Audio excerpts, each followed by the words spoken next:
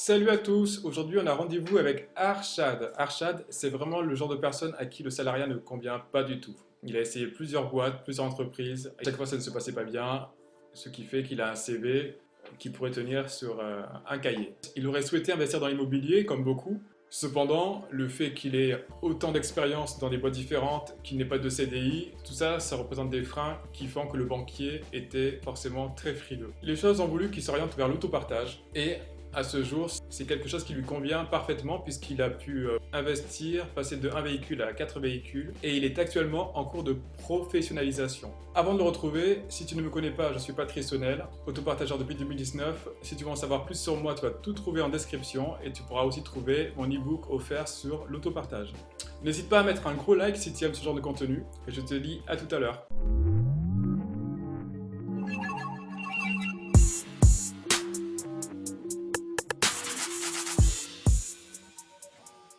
Salut Allez, c'est Arshad. parti. Salut Arshad, comment Salut tu vas? Patrice.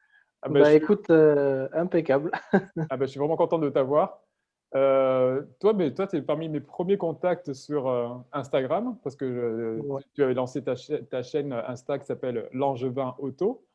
ouais, c'est ça. Et dis-moi, est-ce que tu peux m'en dire un peu plus sur toi Allez, c'est parti. Bah écoute, bah déjà plaisir partagé de t'avoir en vidéo aujourd'hui pour cette interview. Et bah, me concernant, j'ai un profil très particulier. Euh, Moi, j'ai plusieurs diplômes. Euh, j'ai plusieurs diplômes. Bon, j'ai un bac comptabilité. Et puis, à côté de ça, j'ai des titres professionnels. J'ai été moniteur auto-école, donc j'ai le diplôme de moniteur auto-école. J'ai été agent de sécurité, préparateur de commandes. J'ai fait énormément de choses. J'ai été dans la restauration aussi, au niveau de mon parcours professionnel. Un parcours très varié parce qu'en fait, je suis quelqu'un qui a la bougeotte. Voilà. Donc, j'ai fait énormément de choses qui pourrait pas tenir sur un CV à moins de mettre plusieurs pages. Et bon, je pense que ce serait pas vraiment Mhm. à mon avantage de voir recruteur, mais bon. Voilà, enfin, j'ai un profil un petit peu atypique. J'ai 34 ans, donc originaire de l'île de la Réunion. Bon, je suis marié, 4 enfants, bientôt le cinquième. Ah, c'est très Donc bien. voilà, Bravo, hein. voilà, grande famille, famille recomposée, mais grande famille. Ok. Et voilà, donc au niveau de moi-même, déjà, voilà pour la présentation.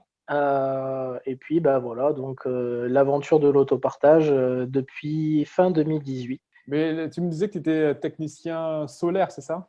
Ouais, c'est ma Auparavant? dernière expérience professionnelle. J'ai travaillé avec mon beau-père. Ouais, ça a été, j'ai été formé bon, par la société. Ça a été une super expérience parce que le solaire, franchement, moi qui aime pas forcément le bâtiment, j'avoue que ça m'a donné une autre image du bâtiment et c'est quelque chose de très enrichissant. Et comme j'ai pu t'en parler, voilà, ça m'a permis de voyager, beaucoup voyager en France. Donc ça a été une expérience extrêmement enrichissante. D'accord, parce que le solaire, on se dit que c'est tout ce qui est BTP, tout ce qui est domotique, on se dit que c'est le secteur d'avenir où tu peux justement gagner ta vie de façon confortable. Pourquoi tu n'as pas pu ou voulu y rester? Ah bah je suis pas resté parce que je me suis fait virer, voilà, tout Ah, simplement. d'accord. C'est on le garde ou on le garde pas? On peut le garder, On peut le garder. il n'y a pas de souci. J'assume totalement. Non, je me suis Ouais. fait virer pour un truc, bon, on va pas rentrer dans les détails, mais voilà. Donc, bon, T'as volé des câbles? non, j'aurais rien pu en faire, je suis en appartement. Quoique revendre pour revendre le cuivre éventuellement, mais ça Ouais, m'a c'est même pas ça. traversé l'esprit. Ça m'a même pas traversé l'esprit. Ah ouais, Non, non, non, donc c'est à partir de là, donc après donc tu t'es retrouvé ben, sans emploi et c'est par rapport à ça que tu t'es lancé dans l'autopartage, c'est ça ou non, non, pas du tout, parce que en fait, cette dernière expérience s'est arrêtée en juillet de cette année. Mhm. Avant ça, en fait, quand j'ai commencé, si tu veux, l'autopartage, ça a été suite à mon expérience en tant que préparateur de commandes, qui a été une expérience très difficile pour moi, parce que c'est un métier qui est vachement exigeant au niveau physique et psychologique. Ok. Encore le côté physique, ça allait, Il n'y a pas de souci particulier, même si, c'est quand même, très exigeant physiquement. Mais c'est plutôt, au niveau psychologique, en fait, c'est un travail qui est extrêmement répétitif et moi, en fait, j'ai craqué, en fait, à cause de ça. Ouais. Et donc du coup, ce qui m'a amené à l'autopartage, en fait, si tu veux, ça a été, une vidéo de pub sur, YouTube, en fait, Mmh. pour, une personne qui est très connue, hein, Romain Pouzin, qui est très Oui, connu oui, dans le oui, milieu de c'est la référence, l'autopartage, ouais. voilà. Ouais, ouais. Et donc une de ses pubs et puis j'ai vu, une vidéo d'interview, en fait, de lui. Et si tu veux, en fait, 2018, ça a été une année charnière puisque j'ai commencé à m'intéresser, en fait, à d'autres moyens, de d'obtenir des revenus, si tu veux. Puisque moi, le salariat, en fait, ça a toujours été un problème. Pour moi, j'ai jamais été fait pour être salarié, ça m'a toujours posé des problèmes et c'est pour ça que j'ai de nombreuses expériences et que j'ai beaucoup changé. Et du coup, en fait, j'ai commencé à réfléchir à une autre manière de travailler éventuellement. Alors ça a été fait un petit peu avec le hasard. Bon, je suis tombé sur une vidéo parce que je regarde beaucoup YouTube, en fait, pour des Ouais. conférences et cetera. Et puis je suis tombé, en fait, sur, Père riche, père pauvre, des vidéos qui commentaient le livre et cetera. Ouais, Ça m'a exactement. beaucoup intéressé, ça m'a beaucoup intrigué. Du coup, le livre, je l'ai acheté finalement. Et voilà, en fait, c'est parti de là. J'avais initialement un projet, moi je voulais investir dans l'immobilier parce que, bah, en fait, finalement, c'est le truc, le plus véhiculé, on va dire, dans les stratégies d'investissement. Mmh. Donc j'ai voulu le faire, mais le problème, c'est que vis-à-vis de, si tu veux, du fait que je change beaucoup d'emploi et que j'ai pas forcément une stabilité, professionnelle, c'est Oui, compliqué je comprends. pour emprunter Au niveau de au la niveau banque, des ouais, c'est banques. compliqué, ouais. Donc j'ai jamais été le profil idéal en fait pour ça. Mmh. Et donc j'ai voulu commencer, si tu veux, par la sous-location professionnelle en immobilier. Mmh. Voilà, donc projet qui est toujours en cours en fait, mais que j'ai pas pu mener à terme.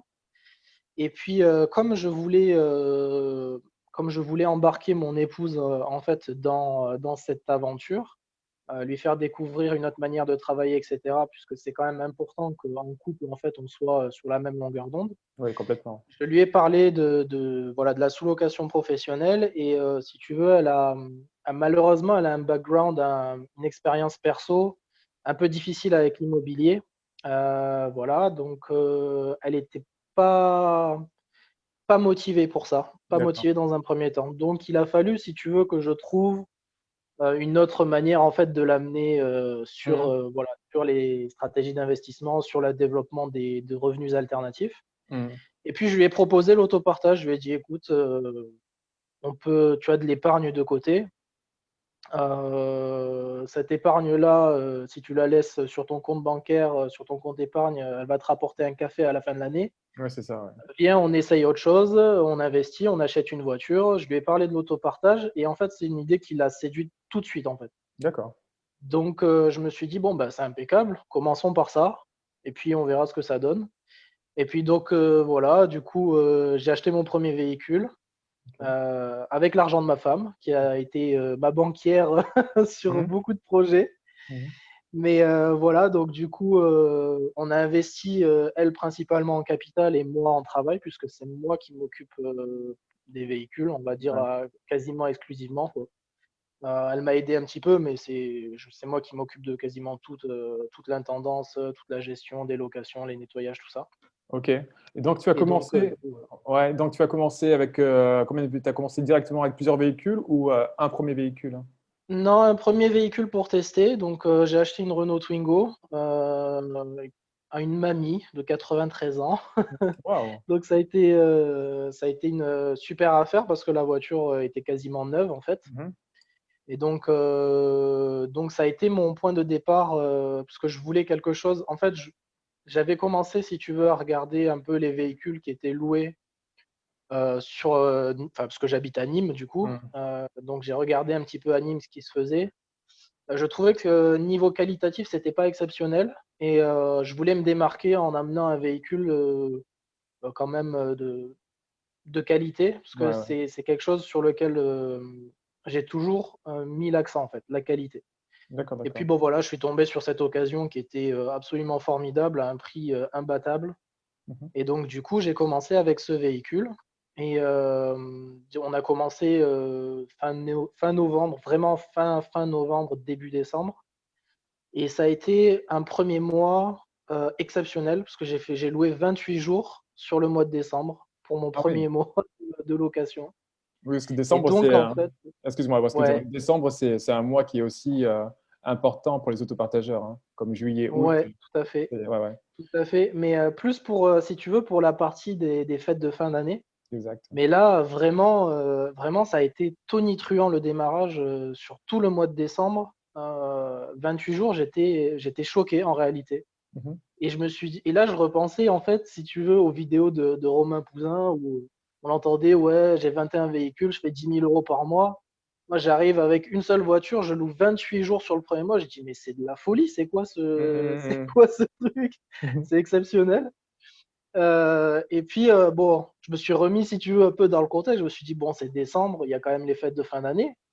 Mais quand même, c'est incroyable, en fait, il y a quand même de la demande. Et à savoir que, si tu veux, au moment où je me suis lancé sur Nîmes, il y avait quand même de l'offre en autopartage, mais on était encore sur Getaround, on était encore Drivey à l'époque. Ouais, ouais, exact, ouais. Wicar était pas du tout connu. Moi, je connaissais pas du tout Wicar. Je trouve quand même que Wicar a toujours ce déficit d'image, Mmh mh. malgré qu'il soit appartenant au groupe SNCF. Mmh. Mais du coup, bon, j'ai été très, très surpris parce que j'ai loué sur les 2 plateformes dès le départ. Et puis voilà, donc après ça a été un excellent démarrage et ça m'a donné envie, si tu veux, de pousser la chose en fait et de voir jusqu'où on pouvait aller, quoi. D'accord, d'accord. Donc pour le coup, donc tu as accru ta flotte. Actuellement, tu as combien de véhicules? 4, 5, 6, Aujourd'hui, j'ai 4 véhicules, ouais. 4 véhicules, d'accord, et certains véhicules sont en boîtier connecté? Ils sont tous connectés. Tous co d'accord, OK. Même Oui, ils la sont tous Twingo? connectés. D'accord, d'accord. Même la Twi et Exactement. comment tu fais pour le parking à Nîmes? Tu as un emplacement, chez Ben, toi? à Ça se Nîmes, passe j'ai comment? de la chance. Ouais. J'ai de la chance parce qu'on a quand même, comme toutes les villes, on va dire moyennes, parce que Nîmes, c'est bon, je classe ça dans une ville moyenne. On a 150 000 habitants intramuros, on va dire, au niveau de Nîmes même, et 300 000 avec la communauté de communes, en fait, avec les villages proches Ouais. alentours. Voilà, donc ça reste une ville moyenne. On a la gare qui est quand même assez bien placée. Il y a beaucoup de rues payantes autour de la gare, mais à proximité immédiate, on a une avenue qui est complètement gratuite et quand même quelques rues, on va dire à 5 minutes à pied de la gare, qui sont gratuites. D'accord, et donc Donc, c ouais. moi, le parking, en fait, pour le moment, j'arrive totalement à gérer. Mes véhicules sont sur des emplacements gratuits à proximité de la gare, donc c'est parfait. C'est pour ça que je dis que j'ai de la chance. Ouais, et pas trop loin de chez toi?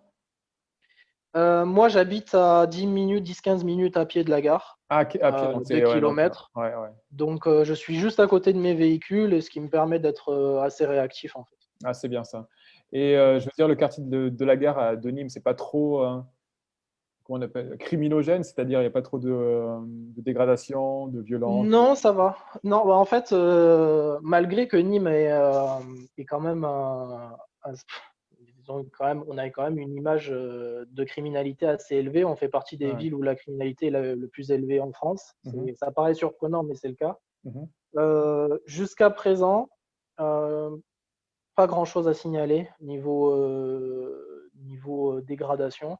Mmh mh. Simplement, pour l'anecdote, quand j'ai commencé avec ma Twingo, le premier mois, je me suis fait voler mes jantes, mes 4 jantes en location. Waouh! Voilà, donc Ça se passe comment dans ces cas de figure, hein? bah, là, en fait, bah, du coup, le locataire, malheureusement, enfin pour lui, a été reconnu, bah, a dû supporter, la charge, en fait, Ouais, comme ouais, ils ouais. sont comme ils sont responsables des véhicules pendant la location. Moi, j'ai été remboursé, ça a été sur une location Wicar. D'accord. Et bon, j'ai été remboursé de la valeur des jantes et pneus. Mmh mh.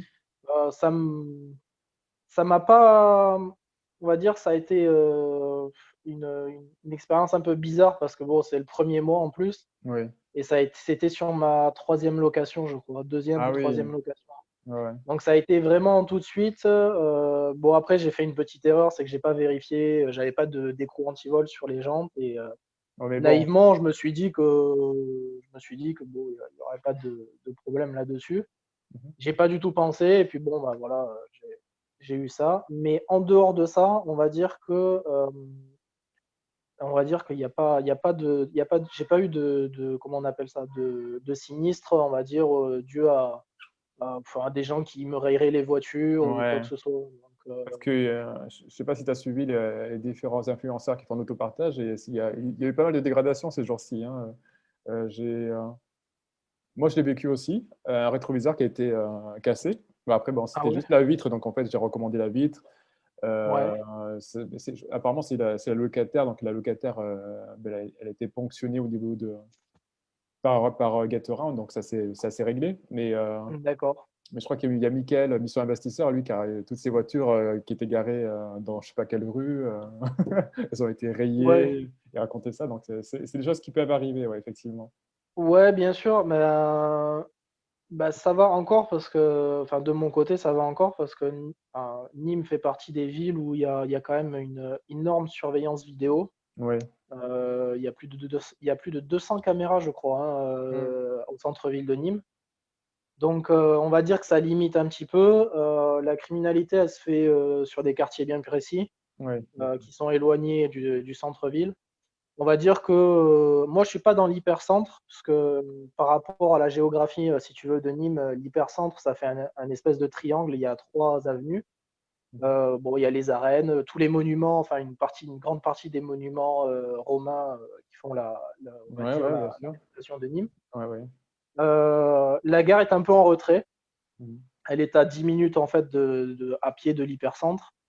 Et donc, du coup, on est un peu en retrait, si tu veux, de ça. Et c'est pour cette raison que niveau parking, ça va encore. D'accord, Parce d'accord. que dans l'hypercentre, c'est pas du tout le cas. C'est très, très compliqué.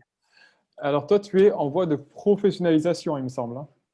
Tout à fait. Tout à Et fait. Ben, alors, raconte-moi le dur chemin pour être professionnel, hein. ouais, ça a été, ça a été on va dire, un chemin un petit peu.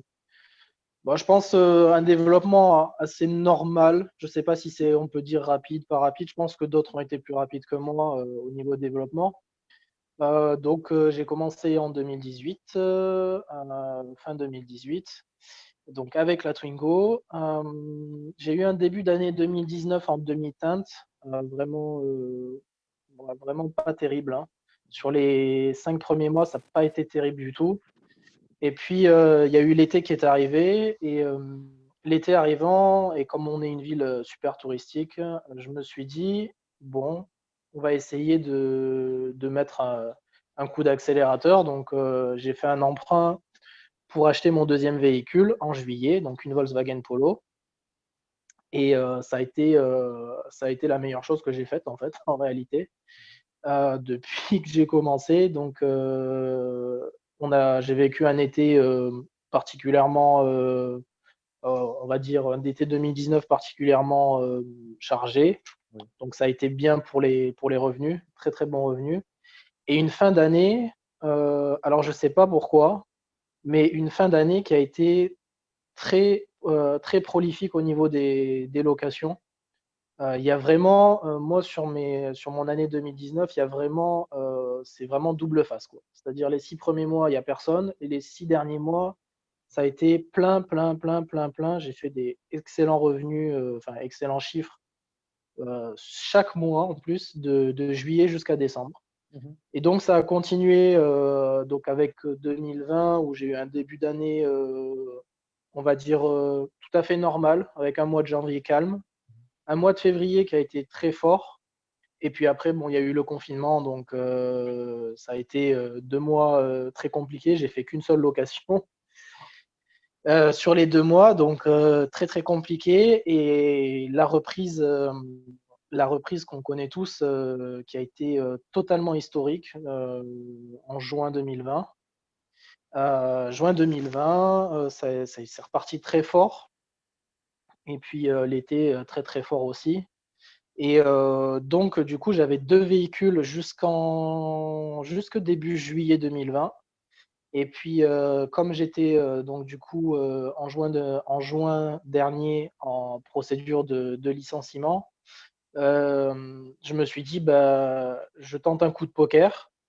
J'ai acheté mon troisième véhicule.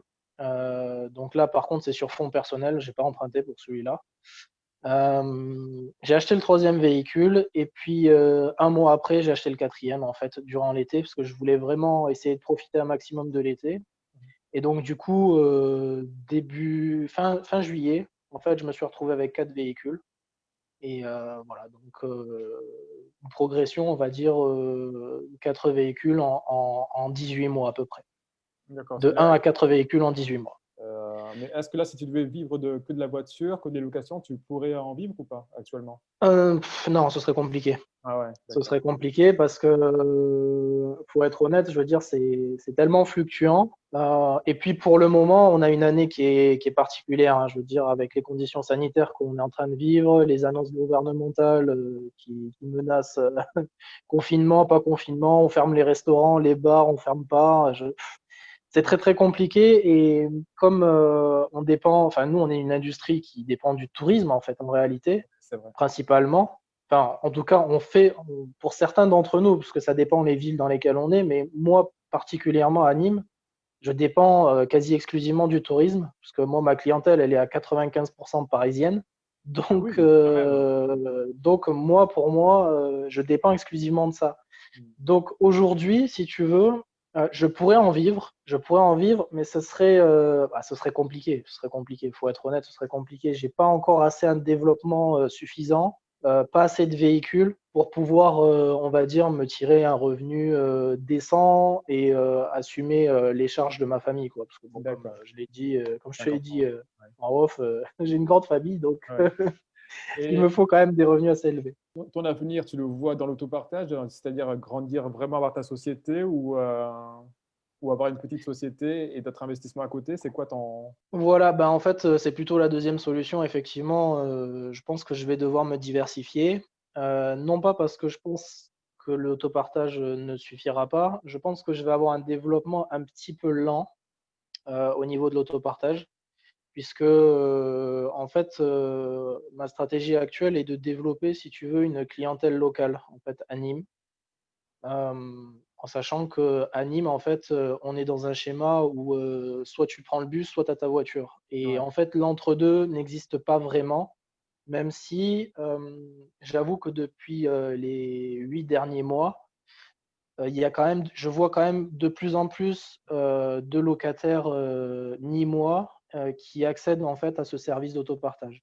Mais comme je te l'ai dit, 95 à 80, même 90, entre 95 et 99 de ma clientèle est parisienne selon les mois, en fait. d'accord, d'accord. Donc, pour le moment, en fait, j'ai des stratégies de développement. J'aimerais me tourner vers l'utilitaire, Ouais, puisque, actuellement, je n'ai que des véhicules particuliers. Et donc, pour, on va dire, développer mon entreprise, je compte me tourner vers l'utilitaire, sur mes prochains achats de véhicules. Mais à côté de ça, je prévois de faire d'autres, investissements, en fait, d'autres business, développer d'autres choses, avec une meilleure rentabilité, on va dire. ouais, ouais Pas et que l'autopartage ne soit pas rentable, puisque c'est moins le stable local parce que professionnel. Ouais, voilà, exactement. ça reste Mais c'est moins stable surtout pour rester, que pour se tirer des revenus, il faut être honnête, il faut faire du chiffre. mmh mh. Et moi, actuellement, niveau chiffres, rien qu'avec l'autopartage, c'est un peu juste. Ouais, C'est un peu juste, même si les chiffres sont intéressants et ils sont bien, mais c'est trop timide. C'est trop ouais, timide. Il faut diversifier les revenus, il faut quelque chose d'autre. C'est obligatoire. pour, un avenir proche, qu'est-ce qu'on peut te souhaiter? Ah bah, la meilleure chose qu'on pourrait me souhaiter, c'est que je réussisse dans l'entrepreneuriat car, bah, voilà, en fait, l'autopartage, ça a été mon 1er pied, dans l'entrepreneuriat.